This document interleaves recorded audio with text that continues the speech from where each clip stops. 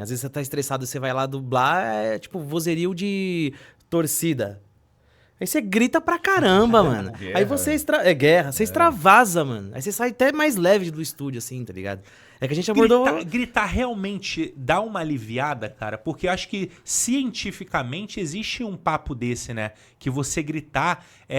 Tanto que eu recebi uma cantora de rock aqui, de heavy metal. Irmão, ela canta. E aí, Como cara, ela canta? ela. Ela é um doce, ela é um amor. A voz dela é doce, assim, e ela é super calma. Aí ela mesmo falou sobre esse conceito e disse que muitas pessoas acham que os cantores de heavy metal é revoltado da vida. Mas não. E o fato de você cantar, de extravasar, e ela é apaixonada pelo heavy metal, porque toda vez que acaba um show, irmão, não tem problema, ela tá tranquila. E aí eu queria saber se na dublagem realmente isso acontece. Quando vocês precisam gritar, claro, pode acabar ficando exausto, mas isso ajuda vocês a aliviar de alguma forma? Ajuda, dependendo da situação, ajuda, cara. Pelo menos por mim, eu falando assim. Às vezes eu tô estressado. Ou então, tipo, tá com uma coisa presa, assim, um nó na garganta mesmo. Aí você vai lá, grita, cara, põe pra fora, mas é um grito de verdade mesmo. Cara, você sai até mais leve do estúdio, assim. Parece que é um desabafo. Caramba, hein? E pra você, Dalai? Eu acho, até cientificamente falando, falam, né? Que você não pode represar tanto tristeza quanto raiva e tal, porque isso pode fazer mal pro seu próprio organismo, né?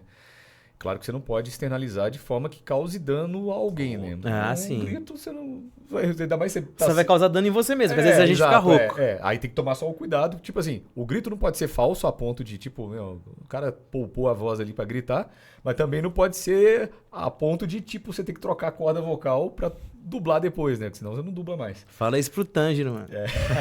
Inosuke também. Nossa senhora, eu já tive que remarcar trampo por causa dele, mano. Caramba. Isso. Porque fiquei rouco, mano. Não tem jeito. Imagina, você tinha mencionado que na cena lá da Nesco, Sim, você sim. ficou rouco e aquela cena tá gravada com você rouco porque você gritou e chorou tanto naquela cena. Ajudou que foi real, muito, né? o próprio João, nesse filme, nessa temporada, o João que tava dirigindo.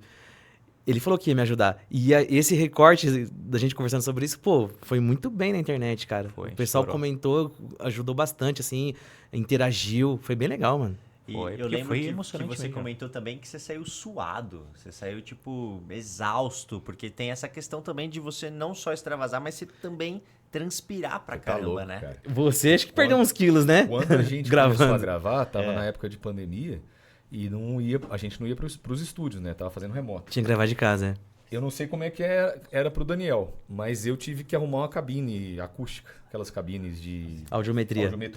porque eu não tinha onde eu tava morando, não dava para fazer obra, até porque não era onde eu morava, era alugado na época. Aí não dava para fazer estúdio, né? Então eu tive que comprar uma cabine acústica.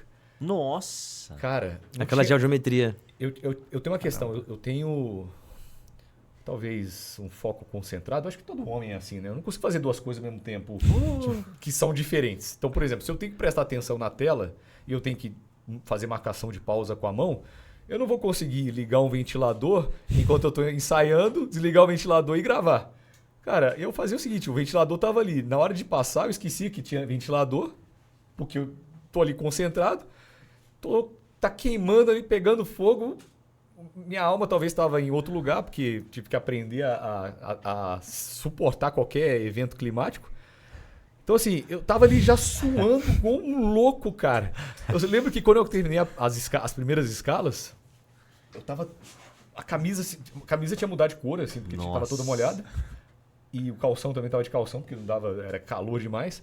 E eu saí e a minha esposa... O que tá acontecendo, tal? Eu falei, não... O que tá acontecendo? Não sei. Parece que saiu do esgoto. Aí que eu fui olhar, caramba, nossa, não sabia que eu suava tanto assim. né? Nossa, mano. Porque a cabine era aquelas... Eu não lembro que tipo de material que era a parte de fora, mas por dentro era lã de rocha, alguma coisa assim. E tipo, não tem circulação de ar, porque a cabine fechada. Fechado. E não dava para deixar abrir, porque eu não tenho essa destreza de abrir enquanto eu tô passando, então eu ficava ali naquela concentração para aguentar o que tivesse que aguentar para fazer o trabalho bem feito. E o Inosuke, o tempo todo, o ganho da interface era baixo, porque ele fala gritado o tempo todo, né? Sim. Então, Caramba. Eu lembro que o Adrian comentou que na pandemia ele gravou no guarda-roupa. Verdade. Sim. O Adriano falou Num closet, né? Num bagulho assim. Ele gravou na casa que ele morava com os brothers dele. Isso. E aí Ele o me único contou essa lugar história. era no closet, cara. A minha cabine, tipo, quem me ajudou foi o Nanete na época, a, tipo, fazer um cantinho dentro do meu quarto. Ele falou assim, ó, você vai precisar de feltro, lã de rocha, madeira, pra você fazer a estrutura onde colocar lã de rocha, e um espaço. Aí eu falei, beleza. Aí eu fiz, tipo, um L de drywall, aproveitei 2 paredes do quarto de alvenaria e recheei, assim, com lã de rocha, igual a Nanete explicou tudo. Coloquei feltro, tecido... Comprei, fiz um espaço bacana. Só que eu sofria com o mesmo esquema. Porque, tipo, lá eu não conseguia abrir os braços dentro desse lugar. Era muito... Porque eu fiz dentro do meu quarto, mano. Então, tipo assim, era muito pequeno. Cabia eu em pé e sentado, tipo, com uma perna no chão e a outra apoiada na cadeira, assim. Então, tipo assim, como era no remoto e não tinha, tipo, webcam nem nada, muitas vezes eu gravei sem camisa, mano. Só de calção e sem camisa, porque eu suava muito, velho. Porque não era uma estrutura adequada pra um trabalho de muito tempo, tá ligado? De longas horas. Era tipo assim, pra gravar um retake, pra gravar um personagem pequeno, funcionava de boa. Agora, por exemplo, gravar 3 horas de Tanjiro lá dentro, pô, tinha que fazer pausa, mano. Tinha que sair, assim.